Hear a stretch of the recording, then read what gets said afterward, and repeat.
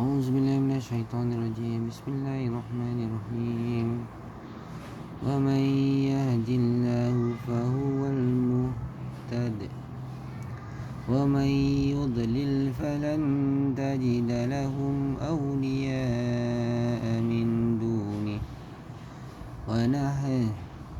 ونحشرهم يوم القيامة على وجوههم عميا وبكما وصما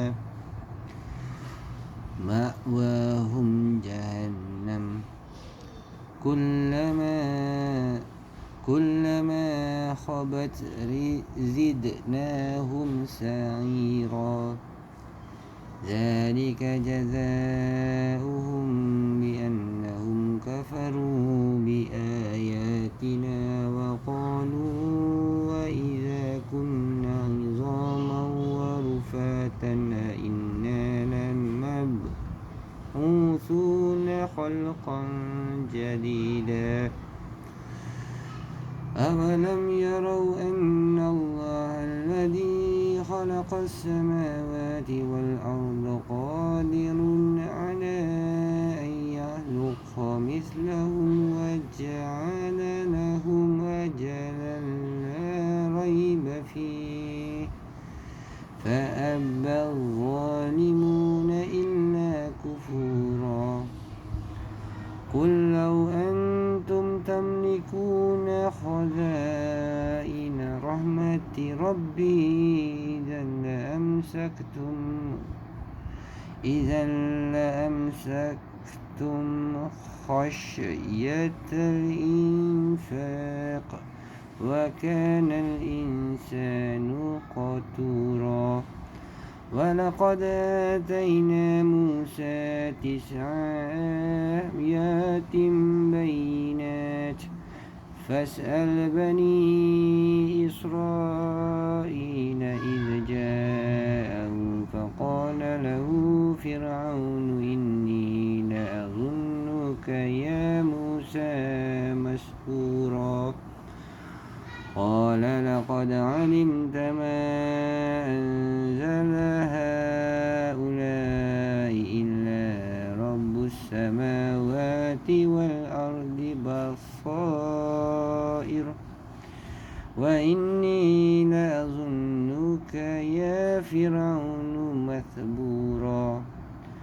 فأراد أن يستفزهم من الأرض فأغرقناه ومن معه جميعا وقلنا من بعده لبني إسرائيل اسكنوا الأرض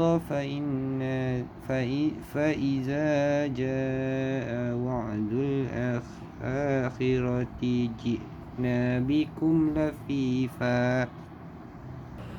Dan barang siapa diberi petunjuk oleh Allah, dialah yang mendapat petunjuk, dan barang siapa yang disesatkannya, maka engkau tidak akan mendapat penolong-penolong bagi mereka selain dia. Dan kami akan mengumpulkan mereka pada hari kiamat dengan wajah tersungkur dan dalam keadaan buta, bisu dan tuli. Tempat kediaman mereka adalah neraka Jahanam.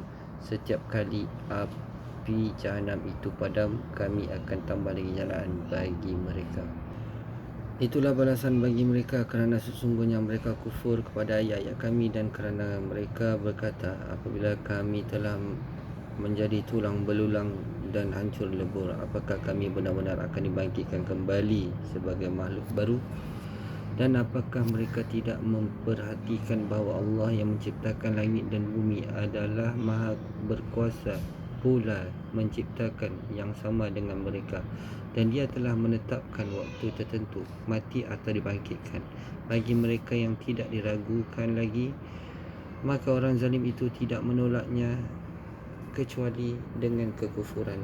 Katakanlah Muhammad, sekiranya kamu menguasai perbendaharaan rahmat Tuhanmu, pasti perbendaharaan itu kamu tahan kerana takut membelajarkannya, dan manusia itu sememangnya sangat kedekut. Dan sesungguhnya kami telah memberikan kepada Musa 9 mukjizat yang nyata. Maka tanyalah kepada Bani Israel ketika Musa datang kepada mereka. Lalu Fir'aun berkata kepadanya, "Wahai Musa, sesungguhnya aku benar-benar menganggap engkau terkena sihir." Dia Musa menjawab, "Sesungguhnya engkau telah mengetahui bahawa tiada yang menurunkan mukjizat-mukjizat itu kecuali Allah yang memelihara langit dan bumi sebagai bukti-bukti yang nyata, dan sesungguhnya aku benar-benar menyangka engkau akan binasa, wahai Fir'aun." Kemudian dia, Fir'aun, hendak mengusir mereka, Musa dan pengikutnya, daripada bumi Mesir. Maka kami tenggelamkan dia, Fir'aun, beserta seluruh orang yang bersamanya. Dan setelah itu kami berfirman kepada Bani Israel, "Tinggallah di negeri ini. Tetapi apabila masa berbangkit datang, nescaya kami kumpulkan kamu dalam keadaan bercampur bau." Allah Subhanahu Wa Taala berfirman, dan mereka berkata, apabila setelah kami menjadi tulang belulang dan benda-benda yang hancur, apakah kami benar-benar akan dibangkitkan kembali sebagai makhluk yang baru? Katakanlah Muhammad sallallahu alaihi wasallam, jadilah kamu batu dan besi, atau menjadi makhluk yang besar yang tak mungkin hidup kembali mengikut fikiranmu. Maka mereka akan bertanya, siapa yang akan menghidupkan kami kembali? Katakanlah, yang telah menciptakanmu pertama kali. Lalu mereka akan menggeleng-gelengkan kepalanya kepadamu dan berkata, bila kiamat itu akan berlaku? Katakanlah, barangkali waktunya sudah hampir. Itu pada hari ketika dia memanggilmu dan kamu mematuhinya sambil memujinya, dan kamu menduga rasanya hanya sebentar saja kamu berdiam di dalam kubur. Surah Al-Isra, surah 17 ayat 49 hingga 52.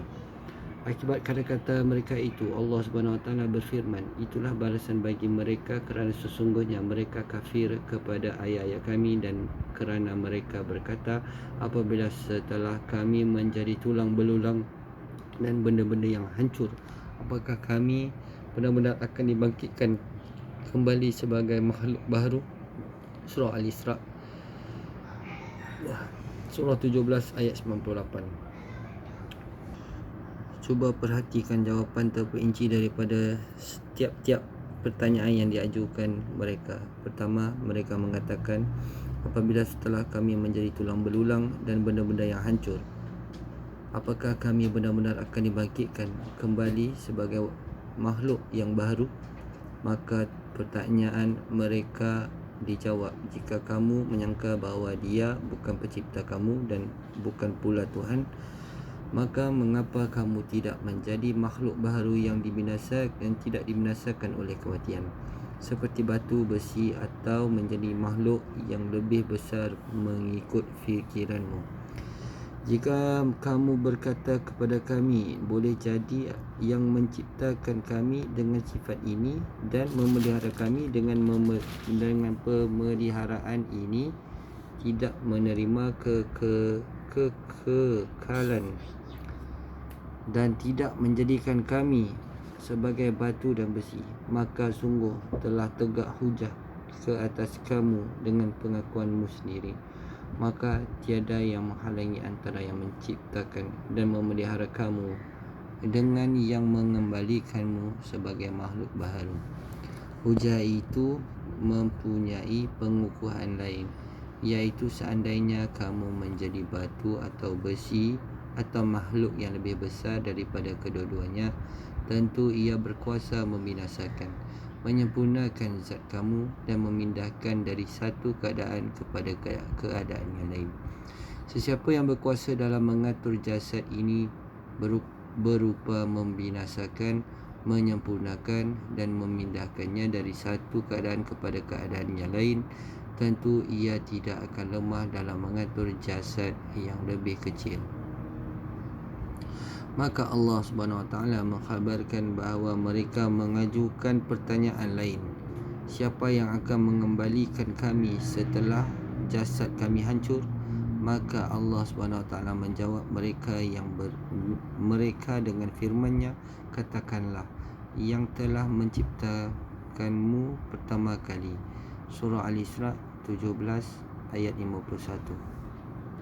Daripada Aisyah radhiyallahu anha, dia berkata bahawa Rasulullah sallallahu alaihi wasallam bersabda, sesungguhnya setiap manusia daripada anak cucu Adam dilahirkan dengan 360 rangkaian persendian.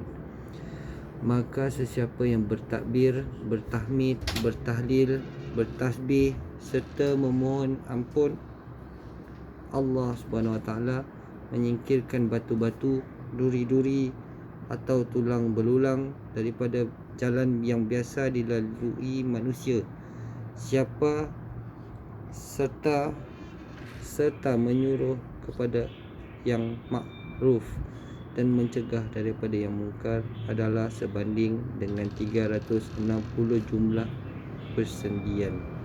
Sungguh pada hari itu ia akan berjalan sedang ia telah menjauhkan dirinya daripada azab api neraka. Hadis riwayat Muslim. Hadis di atas mengandungi beberapa pengertian, antaranya bahawa setiap amal itu mempunyai ganjaran dan pahala yang sama dengan ganjaran sedekah bagi orang yang tidak mampu melakukannya, dan serupa dengan itu bagi orang yang mampu melakukannya. Daripada Abdullah bin Ja'far, dia berkata, aku pernah melihat Rasulullah sallallahu alaihi wasallam memakan mentimun dengan rutab, kurma yang matang sebelum jadi tamar. Daripada Anas, dia berkata Rasulullah sallallahu alaihi wasallam berbuka dengan beberapa rutab sebelum bersolat. Jika tidak ada, maka dengan beberapa kurma, dan apabila tidak ada kurma, maka baginda meneguk air beberapa kali. Hadis riwayat Abu Daud. Khasiat rutab. Rutab adalah kurma yang sudah matang dan segar sebelum menjadi tamar. Rutab disebutkan oleh Allah Subhanahu Wa Taala dalam kitabnya saat berfirman kepada Maryam, dan goyanglah pangkal pohon kurma itu ke arahmu, nescaya pohon itu akan menggugurkan buah kurma yang masak kepadamu.